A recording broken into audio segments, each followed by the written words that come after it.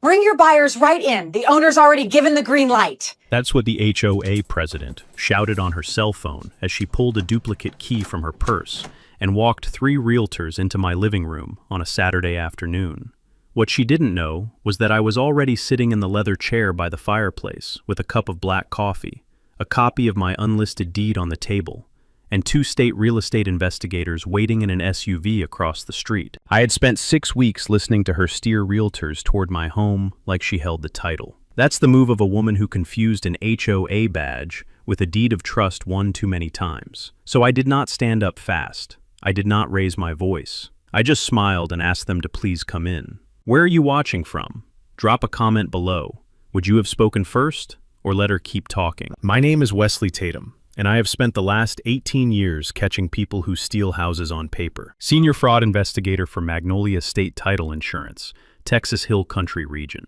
I have closed cases on equity skimmers in Houston, deed forgers in Austin, and fake foreclosure rings in San Antonio. I have testified to 2 grand juries. I have never once raised my voice in a deposition. When you hunt this kind of fraud for a living, you learn that loud people lose. Quiet people win. When my wife Adeline died of a brain aneurysm 4 springs ago, I asked Magnolia State if I could go remote 3 days a week. They said yes. I packed up our house in Austin and moved my son Holden, then 8, to a stone and cedar ranch on 1.8 acres in Bluestem Ridge Estates, outside New Braunfels in Comal County. Holden is 12 now. He plays second trumpet in the middle school band. He still asks for his mother every August on her birthday. So do I. I picked Bluestem Ridge for the live oaks. There is one in our front yard older than the state of Texas, with a canopy as wide as a barn and a low limb where Adeline once said she wanted to read on Saturday mornings. I tied a hammock to that limb the week we moved in. I have read on it almost every Saturday since. Holden does his algebra homework in it on warm afternoons. The breeze comes in soft off the Guadalupe River, and the cicadas climb their slow August chorus in the brush. It is a quiet place. It is supposed to be. The HOA president was Brielle Whitcomb. Mid-50s, blonde, champagne Range Rover, Lilly Pulitzer prints from Memorial Day to Labor Day. She met me at the mailboxes the first week. She handed Holden a juice box. She told me Bluestem Ridge had an opportunity for early list inventory if we ever decided the property was a little big for just the 2 of us. That was the second sentence she ever spoke to me. I smiled. I said our family would be staying. She smiled back and said, "You'll let me know if anything changes." Her husband Foster was a regional manager for a national home builder out of Round Rock. Between them, they had been on the Bluestem Ridge board for 7 years, 3 terms, no challengers. I made a mental note. I did not write it down yet. That first summer in Bluestem Ridge was the hottest on record in Comal County. The asphalt on our cul-de-sac softened enough by 3 in the afternoon that Holden's bike left little treaded prints behind it when he rode back from a friend's house. The cedar siding on our ranch smelled warm and clean at sundown, that particular dry resin smell Texas cedar gives off when the day cools. I sat on the porch every evening that August with a glass of ice water, watching the light drop behind the live oak, teaching Holden the names of birds his mother had once taught me: mourning dove, eastern screech owl, painted bunting. She had kept a little spiral notebook of sightings. I had found it in a shoebox 6 months after she died. I did not throw any of it away. The first fine landed in late April, $350. The cited violation: non-conforming mailbox numerals. My mailbox numbers, painted in standard cream against navy blue, did not match the approved Bluestem Ridge font palette. I had checked the CC&Rs before we moved in. There was no font palette. I paid the fine through the portal. I screenshotted the receipt. I filed it in a folder labeled Bluestem on my desktop. The second fine landed in May, $250. Cited violation: improper mulch coloration. I had used cedar mulch from the same garden center every other resident on my street used. I paid. I screenshotted. I filed. The third fine landed in June, $400. Cited violation: excess oak leaf litter on driveway. I had blown my driveway clean the previous Sunday, and a wind out of the south had moved a fresh layer in by Tuesday morning. I paid. I screenshotted. I filed. 3 fines in 8 weeks, each one signed Brielle Whitcomb, HOA president. with the same stiff cursive she used on the welcome card she had taped to the cooler of pre-mixed lemonade at the Memorial Day pool party. Each one perfectly legal under the CC and Rs as written. Each one perfectly nonsense in practice. Holden noticed before I did. "Dad," he said one night over chicken thighs, "is the lady with the big white truck mad at us?" I set my fork down. I considered the question. "No, buddy," I said. "I think she wants something we are not going to give her." He thought about that for a second. Then he said, "Like the hammock tree?" I looked up at him, 12 years old, trumpet kid, freckles across his nose like Adeline had at 12. "Maybe the whole yard," I said. "Are you going to let her have it?" "No." "Good," he said, and he kept eating. The first realtor showed up on a Saturday in early July. White Lexus SUV, paper plates, leather portfolio under one arm. He rang the doorbell while I was scrambling eggs. Holden answered first. By the time I made it to the foyer, the realtor was already 3 sentences in, telling Holden it was nice to meet the young man of the house, and that he had heard from a friend of the family that we might be considering a move. I stepped between them. "Can I help you, Mr. Tatum?" he said, pivoting smoothly. "Tate Drennan, Hill Country Premier. I'm so sorry to drop in on a Saturday. The HOA president mentioned your property might be entering pre-listing inventory, and I just wanted to introduce myself before the showings begin." I did not blink. "Showings? She mentioned you'd want to move quickly," he said. "I represent 6 families looking specifically in the Blue Stem Ridge price range." I asked Tate Drennan to please step onto the porch. I asked him for a business card. I asked him for the name of his managing broker. I asked him, polite as a Sunday hymn, to put in writing what he had just told me, by email, before he left the driveway. He did not. He left the porch in the kind of hurry that tells you a man knows he has stepped in something. I went inside, sat down at my kitchen table, and started a new folder. I named it Blue Stem Realtors. Tate Drennan was the first entry. I wrote down the time, the date, the make of his car, the words I remembered him saying, and the fact that he had introduced himself to my 12-year-old son before he asked if a parent was home. That last detail mattered. In Texas, that is a real estate commission rule violation all by itself. The second realtor showed up 9 days later. Different brokerage, Cadillac sedan, a blonde woman in a navy blazer named Jenna Mossberg. She rang the bell in the middle of an afternoon thunderstorm. I let her stand under the porch awning while she pitched her speech. The HOA mentioned this was a pre-listing situation. "The HOA does not own this property, ma'am." "Oh well," Brielle thought. "Brielle does not own this property either." She fumbled. I waited. I have waited out professional witnesses with more steel in them than Jenna Mossberg. "I'm so sorry, Mr. Tatum. I must have misunderstood. You didn't—" She gave me the name. Then she gave me her business card. Then she got back in her Cadillac and drove off into the rain. 2 entries now in the Blue Stem Realtors folder. Same source, same lie, different brokerages. That was the moment a pattern stopped looking like coincidence and started looking like a referral pipeline. That night, after Holden was in bed, I sat in my office with a glass of cold, sweet tea, the ceiling fan ticking overhead, and pulled up the Comal County Appraisal District public records. I searched the last 5 years of property transfers in Blue Stem Ridge. 28 homes had changed hands. That sounded like a lot for a 240-home subdivision. Then I sorted them by sale price relative to county assessed value. 8 transfers stood out.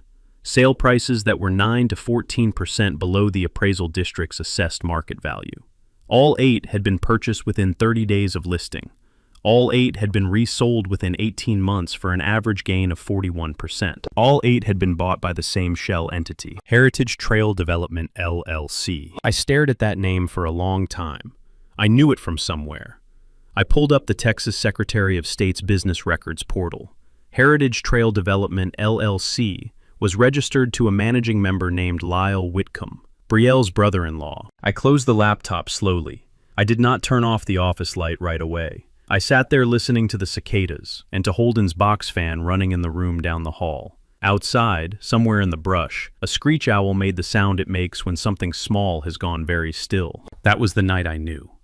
Brielle did not slow down. The week after Jenna Mossberg drove off in the rain, Brielle taped a yellow notice to my front door.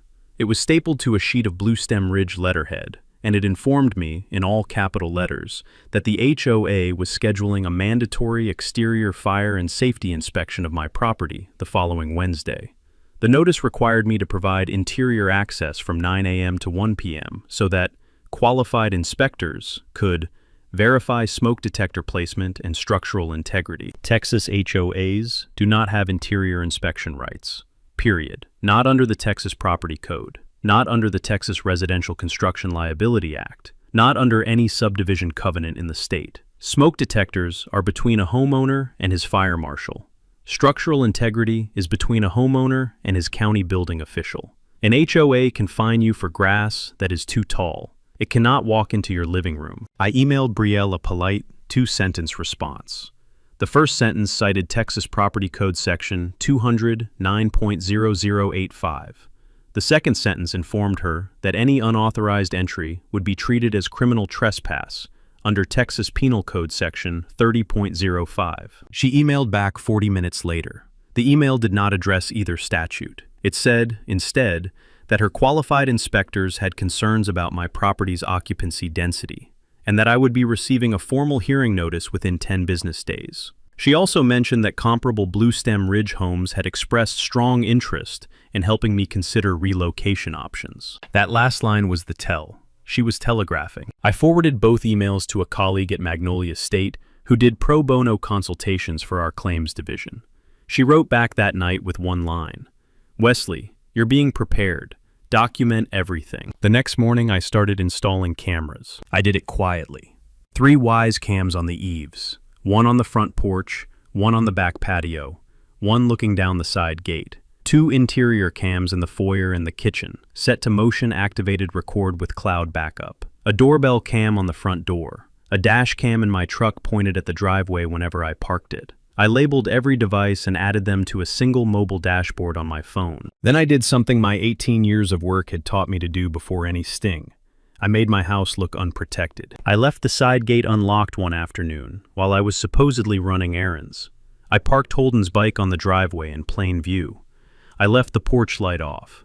I let 3 days pass. The cameras caught Brielle walking the perimeter of my yard twice in those 3 days. Once at 11 a.m. with a man I did not recognize. Short, heavy-set, clipboard, contractor lanyard, no logo. Once at 6 a.m., alone, walking slowly along my back fence with her phone out, taking pictures of my windows. Pictures of my windows. With my 12-year-old son sleeping inside. I watched the footage twice that night, sitting at the kitchen table with the green, blue stem folder open in front of me. The third time through, I noticed the angle she held the phone. She was not photographing the house. She was photographing the rooms through the windows. Real estate listing photos. She had been preparing my home for an unauthorized listing. Holden walked into the kitchen for water as I closed the laptop. He was barefoot, blinking in the under cabinet light, his trumpet case still leaning by the back door from band practice. Dad? Why are you up? Working, buddy. He looked at me for a long second. 12-year-olds can read a face better than an FBI examiner. Is it the lady? Yeah, buddy, it's the lady. Do you have her now? I thought about the camera footage, the 6 a.m. window photos, the brother-in-law's shell company, the 8 discounted sales. Yeah, I said, I have her. He nodded once, got his water, padded back down the hall. I sat there a long time after his door closed.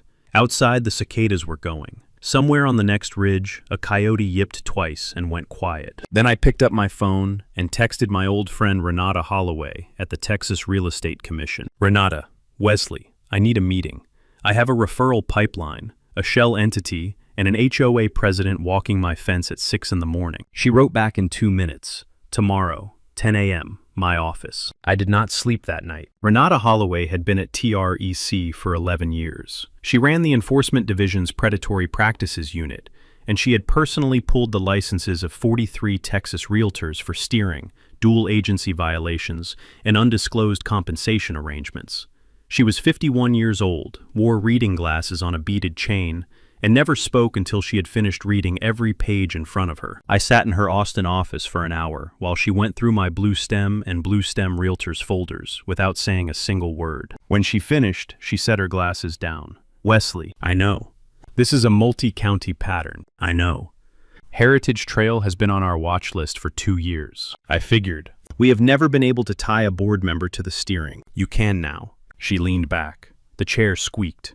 She tapped a pen on the edge of her desk twice, and then said the only sentence she said with any heat in it that morning. Wesley, if we are going to do this, we have to do it cleanly. No vigilante stuff, no leaks, no social media. We do it by the book, or we lose her. I held her eye.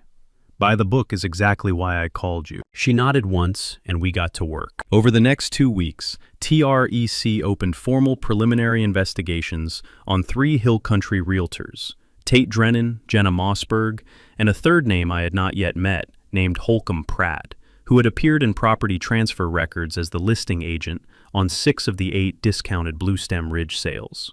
Renata pulled their commission histories. She subpoenaed brokerage referral logs. She walked over to the Texas Department of Banking and requested a parallel review of Heritage Trail Development's deposit accounts. Brielle, meanwhile, kept escalating. The occupancy density hearing notice arrived on a Tuesday. Bluestem Ridge claimed my home was overoccupied because Holden's bedroom and my office shared a common wall, and evidence suggested that I was operating an unpermitted business from the residence.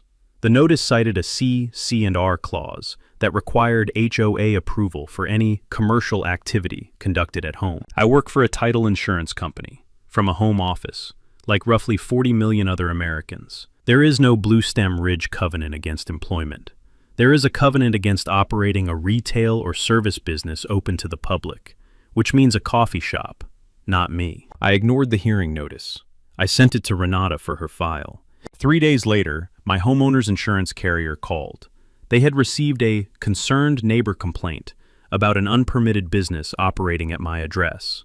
They wanted to confirm the property was being used as a personal residence. I confirmed. I asked them to please email me a copy of the complaint. They did.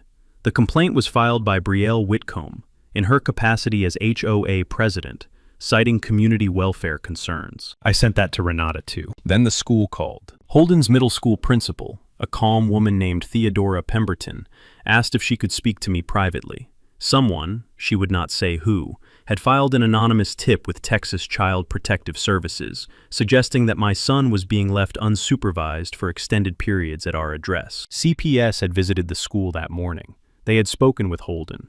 They had quickly concluded the tip was unsubstantiated. The case was closed before lunch. Principal Pemberton wanted me to know because she had been around long enough to recognize the pattern. "Mr. Tatum," she said, "I have seen this before. Someone wants you out of your house." I thanked her. I drove straight home. Holden was on the hammock under the live oak with a paperback. I sat down on the porch step where I could see him. He waved. I waved back. Then I took out my phone and called Renata Holloway. "She brought CPS in on my son," I said. The words came out flatter than I expected. There was a pause on Renata's end. When she spoke again, her voice had changed. "Wesley," she said, "I'm coming to New Braunfels myself." She drove down on a Friday. We sat on my back porch with iced tea while Holden practiced trumpet in his room, and the cicadas climbed their long August evening song. "We need to accelerate," she said. "How fast?" 3 weeks, maximum. I thought about Holden. I thought about the live oak. I thought about Adeline's hammock.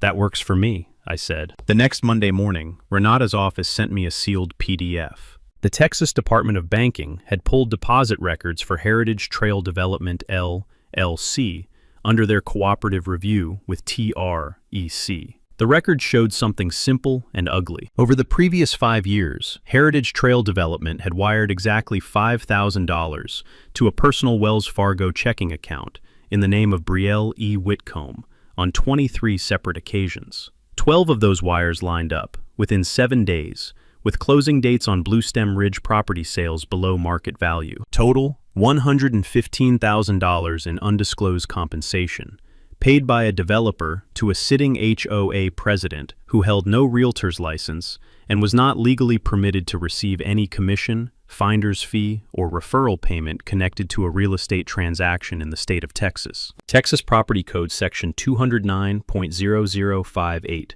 prohibits HOA officers from accepting compensation for any decision affecting the association without full written disclosure to the membership. None of these wires had been disclosed. None had been reported on the HOA's annual financial statements.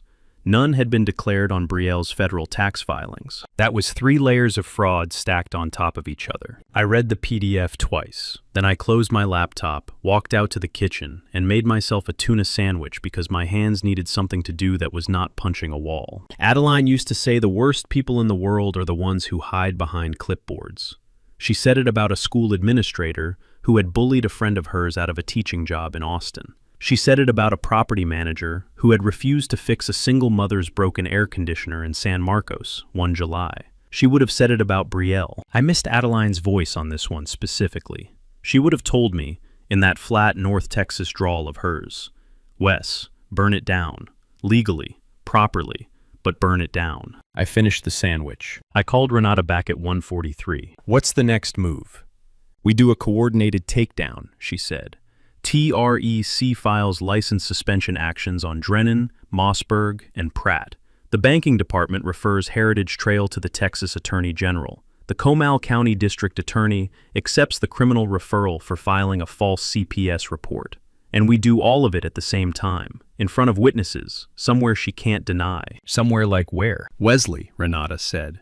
Where would she most want to be standing the day this all comes apart? I thought about Brielle, the pearl white SUV, the clipboard, the way she had walked my fence at 6 in the morning, taking pictures of my son's window. "Inside my house," I said quietly. Renata was quiet for a long second. Then she said, "Make her come." That was the moment the case stopped being defense and started being the trap. That night, I sat on my porch with Holden after he finished his algebra. The crickets were loud. The breeze off the river was cool. He leaned his head against my arm. "Dad?" "Yeah." "Do we have to move?" "No, buddy." "Promise?" "On your mother." He was quiet for a minute. Then he said, "Okay." I sat with him a long time after he fell asleep on my shoulder. The next 3 weeks were the kind of quiet that only comes from preparation. I told Brielle nothing. I paid the next 2 fines on time. I did not respond to her hearing notice. I waved at her white Range Rover when it passed me at the mailboxes. She waved back, mistaking my politeness for surrender. I led her. People who think they are winning stop watching where they put their feet. In private, I built the operation. Renata Holloway and her enforcement deputy, a former Houston PD detective named Augustin Trask, drove down to New Braunfels on a Saturday and walked my house with me. We mapped sight lines. We picked the leather wingback chair in the front parlor as my staging position. It faced the foyer, the front door, and the picture window onto the driveway. We set the placement of 3 new interior cameras to capture the entire entry, the Realtors' faces, and Brielle's hands. Augustin tested the audio levels in 3 positions. Renata reviewed the legal recording requirements under Texas one-party consent law. We were clean. I drove to Comal County Sheriff's headquarters and met with a sergeant named Thomas Bradley. I gave him the blue stem folder and walked him through the timeline. He read it twice. Then he said, "Mr. Tatum, this is a textbook conspiracy to commit fraud. We will be there." He assigned 2 deputies to be in unmarked vehicles within 2 minutes response of my driveway on the day we set the trap. I drove to Austin and met with Assistant District Attorney Marisol Crowder of the Comal County DA's office. She accepted the criminal referral for filing a false report to a child welfare agency under Texas Penal Code Section 261.107. That's a state jail felony in Texas. She also accepted the parallel referral for unauthorized entry, criminal trespass, and conspiracy. I sat down with a Texas Tribune real estate reporter named Eulalie Marquette, who had spent 2 years writing about HOA abuse in the suburbs of Austin and San Antonio. She agreed to the embargo. I would tip her 2 hours before the trap. She would have a cameraman parked 1 street over. I called my sister-in-law Mavis in Fredericksburg and asked her if Holden could spend a long weekend at her place. She did not ask why. She knew.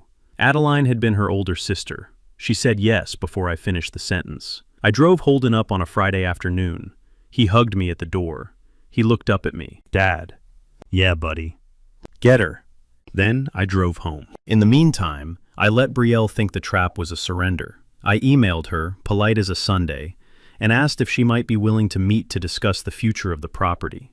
I told her I had been reflecting on the size of the home since Adeline's passing. I asked her if she might recommend a few realtors who specialized in the Blue Stem Ridge market. She wrote back inside 90 minutes. She said she was so glad I was being thoughtful and practical. She said she would personally arrange a discreet tour for 3 vetted agents she trusted. She suggested a Saturday afternoon. She suggested I be away so the agents could walk the home freely without seller pressure. I told her Saturday was perfect. I told her I would be visiting family in Fredericksburg.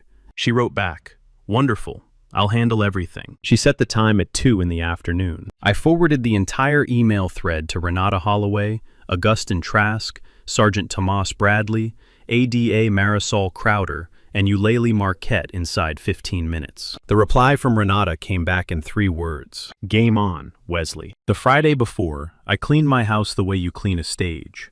I dusted the mantel. I put fresh tulips in the vase on the entry table, Adeline's favorite. I made a fresh pot of black coffee at 1:30. I poured a single cup. I set the blue stem master file on the coffee table. I put on a clean blue button-down. I sat down in the leather wingback chair facing the foyer. I waited. Outside, the unmarked SUV pulled into the gravel turnout across the street at 1:47. The Range Rover came down Bluestem Trail at 1:58. The Range Rover stopped at the curb. Brielle Whitcomb stepped out of the driver's side in white capris, a pink sleeveless Lily Pulitzer top, and Tory Burch sandals. She held a leather binder in one hand and her phone in the other. She did not look at the unmarked SUV across the street. She had no reason to. A silver Lexus SUV pulled in behind her. Tate Drennan got out in khakis and a navy polo, sunglasses pushed up on his forehead. A black Cadillac sedan pulled in behind the Lexus. Jenna Mossberg got out in a cream blazer. Behind her, a champagne BMW pulled in. Holcomb Pratt got out in a charcoal suit and tasseled loafers. 3 brokerages. 3 brokerages all attached to the same 8 Bluestem Ridge sales over the previous 4 years. They gathered on my driveway. Brielle gave them what looked like a mini briefing. She gestured at the live oak. She gestured at the porch. She gestured at the bay window of the front parlor.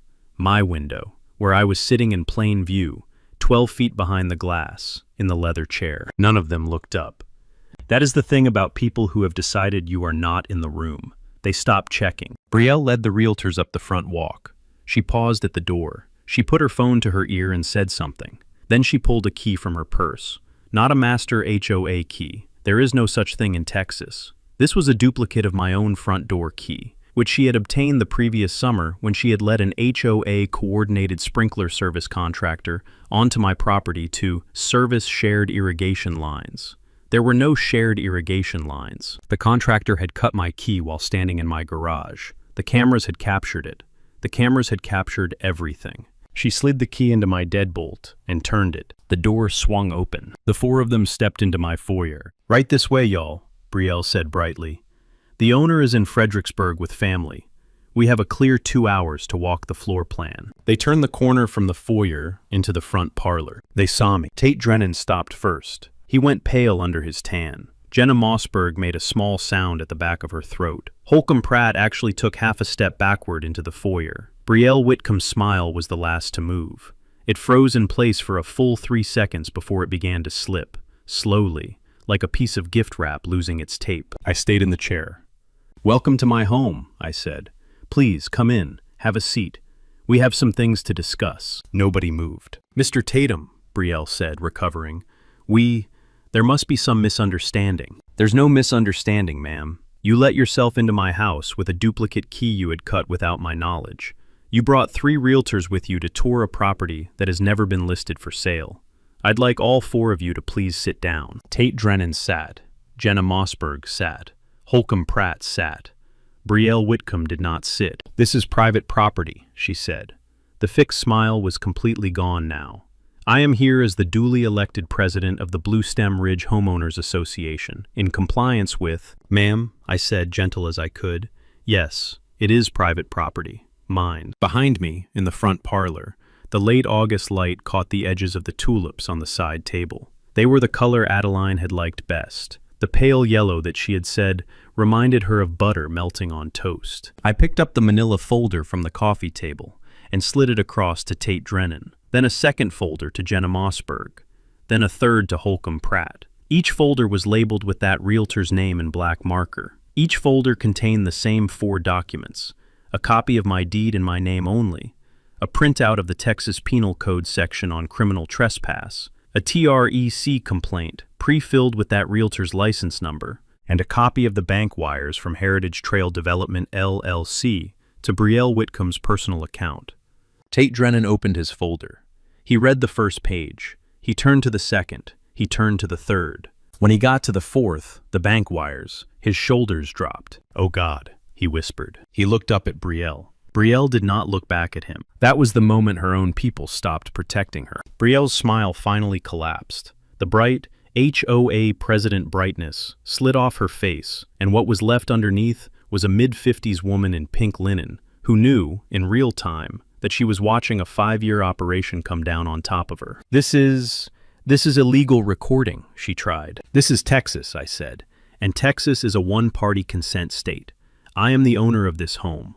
I am the consenting party. Every camera in this house is legal. You set us up. Ma'am, I sat in my own living room and waited for you to commit 5 separate violations of state law on my property. I did not set you up. I declined to stop you. She looked around the room as if she were searching for the exit. The realtors sat very still on the couch. None of them met her eye. Tate, she said. Tate Drennan did not look up from the folder. Jenna Mossberg was already pulling out her phone. She was, I realized, dialing her broker. Holcomb Pratt, the silver-haired one, the one whose name had appeared on 6 of the 8 Blue Stem Ridge fire sale closings, finally spoke. He spoke quietly. He spoke without looking at her. You said the owner had agreed to sell. Holcomb, You said the owner was motivated. You said, he said carefully, that you had handled the owner's authorization personally, and that I did not need to verify it independently. The room was very quiet. Brielle did not have a sentence for that. There was no sentence available. I picked up the manila folder labeled Brielle that had been sitting on the side table next to the tulips. I stood up. I walked across the parlor. I held it out to her. This one is yours, I said. She did not take it. I set it on the coffee table in front of her. You can read it now, I said, or you can read it after the deputies are done with you. Either is fine. She sat down then. Her knees folded the way knees fold when a body has decided, without consulting the brain. She landed in the wingback chair across from mine. She opened the folder. The first page was a copy of the duplicate key, with a screenshot from my garage camera, showing the contractor cutting it on my workbench in August of the previous year. The second page was a chronological log of every Blue Stem Ridge fine she had personally signed against my property, 11 of them, totaling $4,700 over 6 months, every single one for an offense not actually contained in the CC&Rs. The third page was a photo from one of my exterior cameras. Brielle Whitcomb, at 6 in the morning, standing under my back porch light, photographing my son's bedroom window with her phone. She made a sound. It was not a word. It was the sound a person makes when they have understood something far too late. The fourth page was the bank wire schedule from Heritage Trail Development, LLC. 23 wires, $115,000. Her own name, her own account number, her own pattern. The fifth page was a printout of the email she had filed with Texas Child Protective Services on a Wednesday afternoon 9 days earlier, suggesting that my 12-year-old son was being left unsupervised for extended periods at our address. She stared at that one for a long time. Her mouth moved twice. No sound came out. I sat back down in my chair. I did not say anything. Outside, a vehicle door closed quietly, then a second one, then a third. I had texted Renata when the realtors sat down on the couch. The 2 unmarked SUVs across the street had moved. Sergeant Tomas Bradley and Deputy Yarrow McKinley had circled the block once and were now walking up my front path. So was Renata Holloway. So was Augustin Trask. So was ADA Marisol Crowder. I heard their footsteps on the porch boards. Brielle heard them too. Her head came up slowly. I did not move from the chair. I did not turn to the door. Come in, I called, voice level. It's open. Tate Drennan exhaled slowly and put his head in his hands. Jenna Mossberg whispered, "Oh, Lord." Holcomb Pratt closed his folder and stared at his own hands. Brielle Whitcomb sitting across from me in the wingback chair, in pink linen, with the Brielle folder open across her knees, and a photograph of my son's bedroom window in her lap, finally looked at me. She did not say anything. She did not have anything to say. The front door opened. Sergeant Tomas Bradley walked into my foyer first. 6'2", gray crew cut, charcoal Comal County uniform, badge polished. Deputy Yarrow McKinley followed him in. Renata Holloway came behind them with a leather portfolio under her arm. Augustine Trask carried a folder marked TREC. Assistant District Attorney Marisol Crowder closed the door quietly behind herself. The 5 of them stopped in the parlor doorway. "Mr. Tatum," Sergeant Bradley said. "Sergeant, are these the parties?" "Yes, sir." He looked at the 4 of them on the couches and chairs. He looked at the folders open in their laps. He looked at Brielle Whitcomb, white-knuckled on the arms of the wingback chair across from mine. Then he looked back at me. "You holding up okay?" "Yes, sir."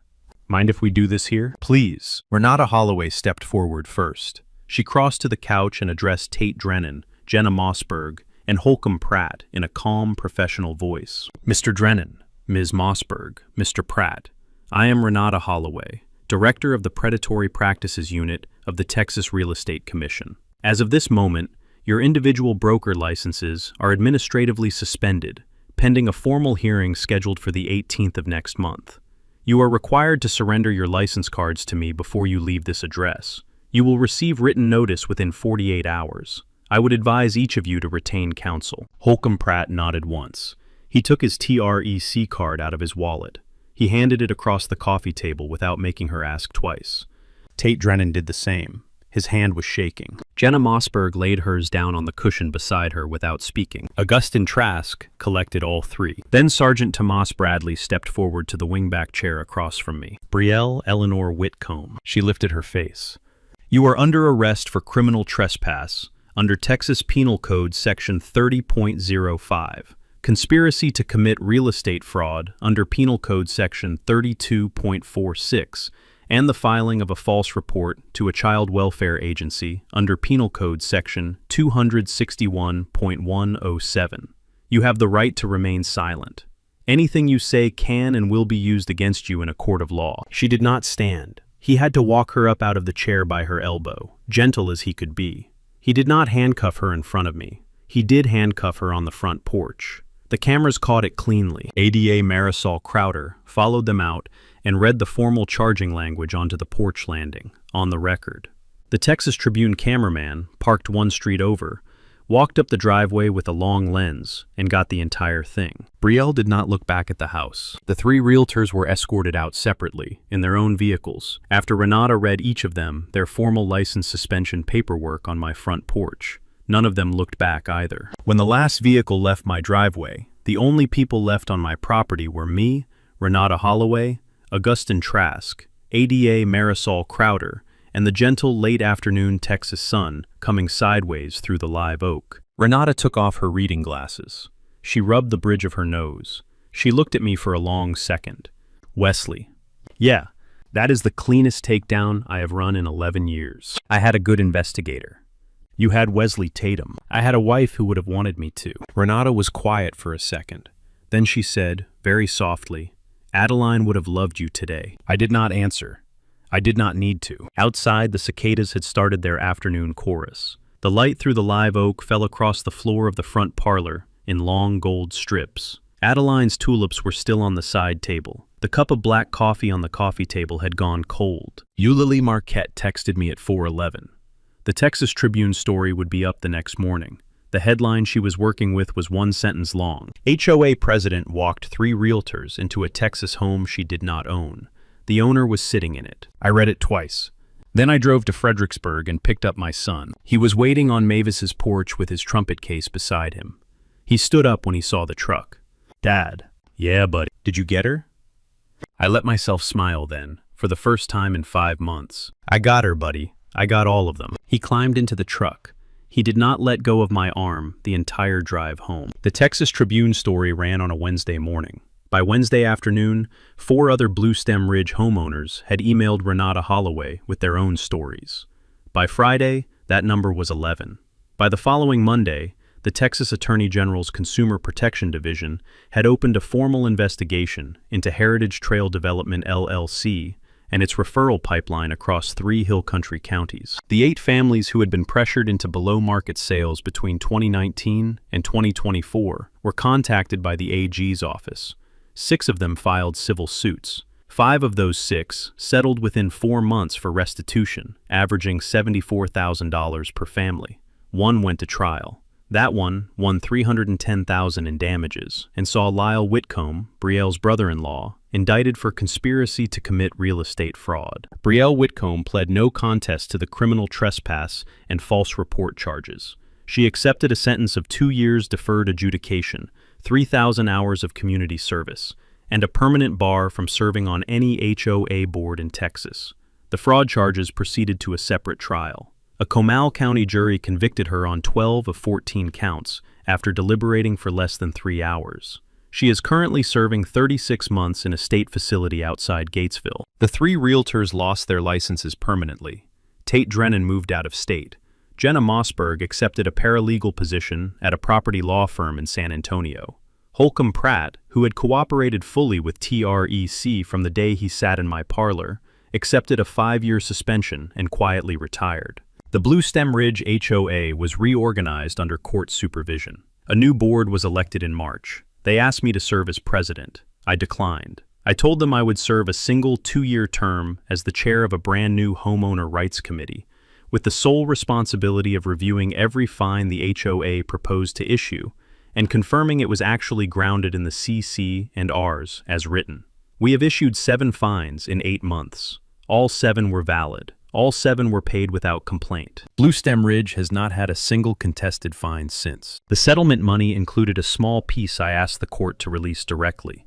$12,000 was set aside to seed an endowed homeowner legal aid fund at the Comal County Bar Association. It is called the Adeline Tatum Homeowner Defense Fund.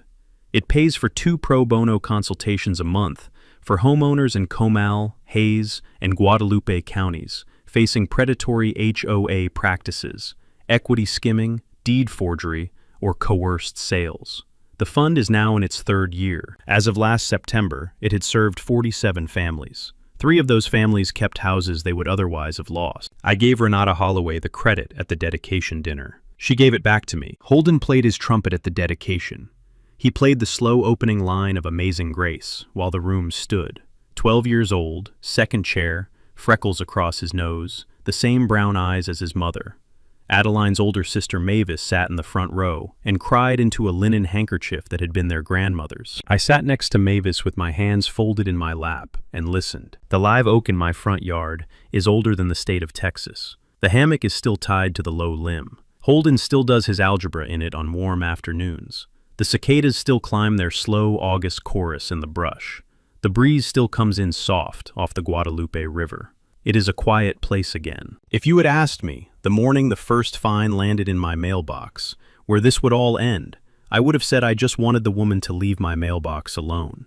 Most of us just want the woman to leave our mailbox alone. But every now and then, one of these women, and it is almost always a woman just like Brielle, picks the wrong porch on the wrong Saturday. And when she does, the right answer is not to argue at the mailbox. The right answer is to sit in your own chair, in your own home, and wait for her to come to you. You do not need to be a fraud investigator to do that. You just need to keep records. You need to know your deed. You need to know the difference between an HOA covenant and a property right. And you need to be willing, for one very quiet afternoon, to let the person who has been talking about you finally walk into the room where you have been waiting. If you have ever had an HOA cross a line you did not think they could cross, share your story in the comments. I read every single one. If this story made you feel a little lighter tonight, hit subscribe and stick around. Because next week, I am telling you about the HOA that fined a retired school teacher for the wildflowers on her own front lawn, and the volunteer county botanist next door who turned a Texas state law on protected species into the evidence that got the entire board removed. Here's what stayed with me about Wesley's story. Brielle Whitcomb did not lose because she walked into the wrong house. She has been walking into the wrong houses for 5 years. She lost because she finally walked into the one where the owner was already sitting in the chair with the fire on the table and the cameras on the eaves. That is the thing about predatory HOA presidents. They do not survive on power. They survive on momentum. The assumption that the next person will be too tired, too embarrassed, or too distracted to push back. Wesley's real advantage was not his 18 years entitled rust. It was that he understood before Brielle ever pulled a key from her purse. That's the strongest place to confront a person who has been talking about you in the room, cheating you are not in. The Adeline Tatum Defense Fund is the proof of what happens when one person decides not to move. If you have ever been steered, fined, or smeared by your own HOA, tell me in the comments. I read every single one. Surprise and hit the bell, because next week I am telling you about the HOA that's fined a retired school teacher for the windows on her own front lawn, and the volunteer county botanist next door who turned a Texas protect species law into the evidence that's got the whole board removed.